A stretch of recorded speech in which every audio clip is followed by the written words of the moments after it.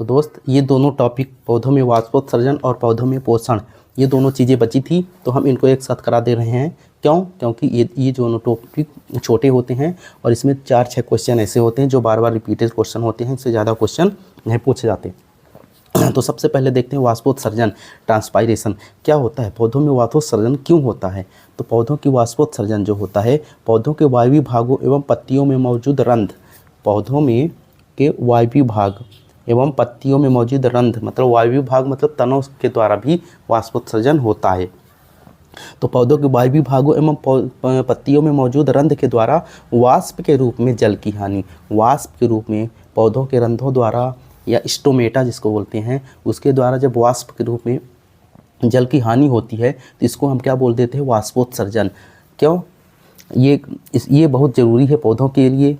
क्यों? क्योंकि पौधे में जब अधिकतम जल जो अधिक जल होगा तो वाष्प के रूप में निकल जाएगा, तो इससे नुकसान भी है और फायदे भी हैं। ये तो क्वेश्चन कैसे पूछते हैं कि पत्तियों में जो मौजूद छोटे छोटे छिद्र होते हैं उनको क्या कहते हैं। क्वेश्चन आया है, इसको रंध्र बोलते हैं, स्टोमेटा अंग्रेजी में भी ध्यान रखना। रंध्र खुलते हैं किन सेल द्वारा, गार्ड सेल द्वारा, ये क्वेश्चन ध्यान रखना। 2 क्वेश्चन, वाष्पोत्सर्जन होता है रंध्र द्वारा, ये क्वेश्चन आते हैं, ऐसे सिंपल छोटे छोटे क्वेश्चन आते हैं। पौधे द्वारा अतिरिक्त जल की छुटकारा किसके द्वारा होती है, वाष्पोत्सर्जन के द्वारा।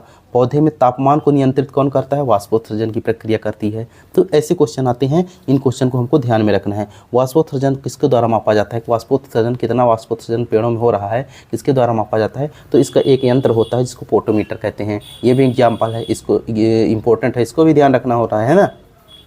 तो इस तरह ये सारे क्वेश्चन जब आप देखोगे प्रीवियस ईयर के क्वेश्चन में देखोगे तो यही क्वेश्चन घुमा फिर के आएगा, ज़्यादा क्वेश्चन इससे पूछते नहीं हैं। सबसे ज़्यादा ये भी इंपॉर्टेंट क्वेश्चन, सबसे ज़्यादा रंध्रों के खुलने, जो रंध्र स्टोमेटा होते हैं वो जब खुलने आते हैं बंद होते हैं, इसमें कौन सा एलिमेंट कौन सा तत्व जो होता है सबसे ज़्यादा सक्रिय भागीदारी निभाता है, तो ये है पोटेशियम आयन। पोटेशियम आयन तो रंध्रों के खुलने के लिए कौन सा जिम्मेदार है, पोटेशियम आयन, है ना।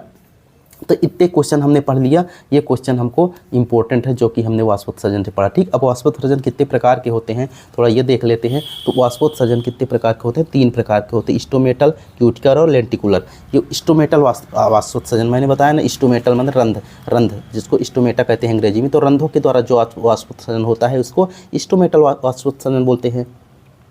रंध्र के द्वारा होने वाला जो वाष्पोत्सर्जन होता है सबसे ज़्यादा किसके द्वारा होता है, रंध्र के द्वारा ही। 90% लगभग पानी जो है वाष्प के रूप में स्टोमेटा के द्वारा जाता है ना। फिर क्यूटिकल वाष्पोत्सर्जन, पत्तियों में जो मोमी संरचना होती है, मोमी परत होती है, पत्तियों के सतहों में जो मोमी परत होती है उसके द्वारा वाष्पोत्सर्जन होता है, तो वो बहुत कम होता है। और लेंटिकुलर माने तनों में बने छोटे छोटे छिद्र के कारण।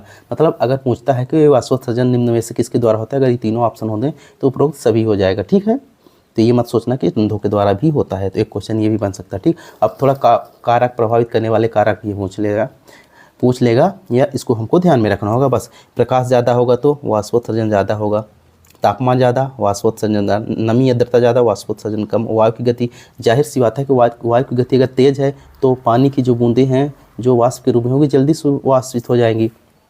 जलों में लवणता की अधिक होगी तो जल्दी होगा। अभी देखो आंतरिक कारण, ये बाहरी कारण हो गए। आंतरिक कारण पत्तियों की संख्या आकार अपने आप देखो कि अगर पत्तियों की संख्या ज़्यादा होगी तो ऑलरेडी ज़्यादा होगा वाष्पोत्सर्जन, तो कोई सोचने की चाहता। स्टोमेटा ज़्यादा होगा तो ज़्यादा होगा, और क्यूटिकल की मोटाई मतलब जो क्यूटिकल की परत होगी ज़्यादा मोटी होगी तो वाष्पोत्सर्जन कम होगा। तो इसमें ज़्यादा सोचना ही डायरेक्ट क्वेश्चन बन जाता है। तो इस तरह हमें वाष्पोत्सर्जन में इतने सारे क्वेश्चन पढ़ना है, इससे ज़्यादा कुछ नहीं पढ़ना दोस्त। इतना पढ़ के आप आराम से एग्जाम देने जा सकते हो। बस इसका कॉन्सेप्ट समझ में लेना बस हो गया कि कैसे क्या होता है वाष्पोत्सर्जन। बस इससे अगर घुमा के भी थोड़ा क्वेश्चन पूछे ताकि हमसे बन जाए। अब इसके बाद हम जानते हैं, इसके बाद हम पढ़ लेंगे क्या, पौधे में पादप पोषण। देखो पौधे में पादप पोषण पढ़ लेते हैं, इसको हम पढ़ लेते हैं।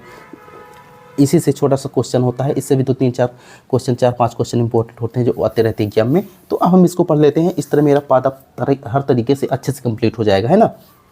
फिर आपको पादप में जितना पढ़ा दिया गया उससे बाहर पढ़ना की जरूरत नहीं होगी, क्योंकि ऑलरेडी आपके पास एग्जाम्पल हैं। मैं आपका साक्ष्य हूँ, आप किसी भी प्रकार के प्रमाण की आवश्यकता नहीं होगी। आप इतना पढ़ोगे पहले, फिर मैं जो ऑब्जेक्टिव 200-400 अलग से नोट्स में ऐड किए थे उनको हम दे देंगे। ठीक है दोस्त, तो आपको भटकने देंगे। ग्रुप डी हमने निकाला है इसलिए आपको निकाल बाकी रहेंगे। ठीक है दोस्त, पढ़ते जाओ बस। पौधे में पोषण की विधियाँ देखो, जैसे मनुष्य पोषण करता है, मनुष्य को भोजन की आवश्यकता होती है दैनिक कार्यों के लिए, इसी प्रकार पौधों को भी आवश्यकता होती है ना। तो पौधे भी कितने प्रकार के हो सकते हैं, या तो खुद भोजन बना सकते हैं या तो दूसरों पर निर्भर होंगे। तो जो खुद बना सकते हैं उनको स्वपोषित यानी ऑटोट्रॉप बोलते हैं, और जो दूसरे पर आश्रित होते हैं उन्हें परपोषित यानी दूसरी चीज़ों पर, दूसरे पेड़ पौधे पर आश्रित होते हैं उन्हें परपोषित कहते हैं। ठीक, तो अब एक एक तो देख लेते हैं स्वपोषित क्या होते हैं।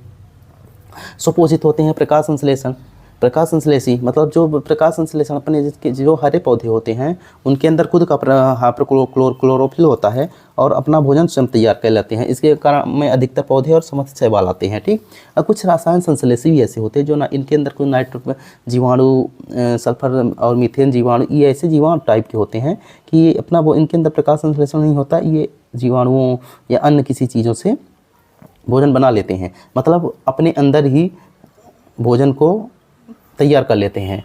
ठीक, इसके अंदर लगभग कुछ जीवाणु वगैरह आते हैं, तो ज़्यादा इंपॉर्टेंट नहीं है हमारे लिए इंपॉर्टेंट है ये परपोषित पौधा। ठीक, परपोषित पौधा क्या होता है?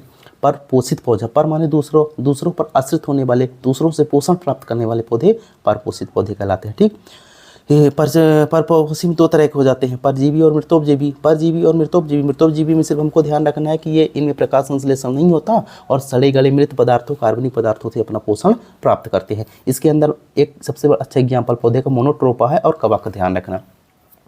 कवक और मोनोट्रोपा को देख लेना कि ये मृतोपजीवी पौधे का उदाहरण है। अब परजीवी पौधे दो तरह से हो सकते हैं, पूर्ण परजीवी, आंशिक परजीवी, मतलब पूरी तरह से दूसरों पर आश्रित, पूरी तरह से दूसरे पौधों पर आश्रित है, या आंशिक रूप से आधा जो है, आधा अपना भोजन पेड़ पौधों से प्राप्त करते हैं और आधा खुद से प्राप्त कर लेते हैं। तो पूर्ण परजीवी में दो तरह के हो सकते हैं, पूर्ण स्तंभ परजीवी, पूर्ण मूल परजीवी। मतलब स्तंभ माने तने पर परजीवी है, ये पौधा किसी दूसरे के तने पर आश्रित होता है, और ये पौधा परजीवी मतलब पूरी तरह से जड़ों में पूरी तरह से आश्रित होता है।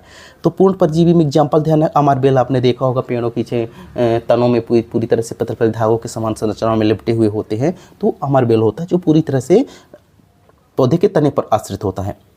इसी प्रकार मूल परजीवी जो होता है रेफ्लेसिया देखो, मूल परजीवी का मतलब जड़ों में पाया जाता है और पूरी तरह से जड़ों पर ही आश्रित होता है। ठीक, अब आंशिक परजीवी में, आंशिक में भी तो हो सकते हैं, आंशिक तना परजीवी, आंशिक जड़ परजीवी, आंशिक स्तंभ परजीवी और आंशिक मूल परजीवी। इसमें विस्कस और लोरेंथस का नाम याद रखना है, और इसमें आंशिक मूल परजीवी में चंदन का याद रखना है, बस इसके बाद कुछ नहीं याद रखना। और हम विशेष प्रकार के भी पढ़े थे ना, ऊपर पढ़े थे, स्वपोषित होते हैं, परपोषित होते हैं, कुछ विशेष प्रकार के भी पौधे होते हैं। ठीक है, अपने भोजन तैयार करने के लिए। तो उन्हीं परपोषी में दो चीज़ों को हमको ध्यान में रखना होता है। सहजीवी किसको कहते हैं? साथ जीवन यापन, मतलब अगर कोई व्यक्ति, जो दो पौधे आपस में एक दूसरे को लाभ पहुंचा रहे हैं, कोई प्रकाश संश्लेषण करके उनको भोजन दे रहा है, तो कोई खनिज पानी उनको पहुंचा रहा है जड़ों से खींच करके, तो इस तरह दोनों आपस में संबंध बना करके अपने एक दूसरे को लाभ पहुँचाते हैं। तो इसके अंदर सहजीवी को एग्जाम्पल याद रखना, लाइकेन और कवक मूल दो सहजीवी के उदाहरण हैं। अब कीटभक्षी को ध्यान रखना, कीटभक्षी बहुत इंपॉर्टेंट क्वेश्चन बन जाता है कि कीटभक्षी पौधे होते हैं, मतलब कीटों से अपना भोजन प्राप्त करते हैं।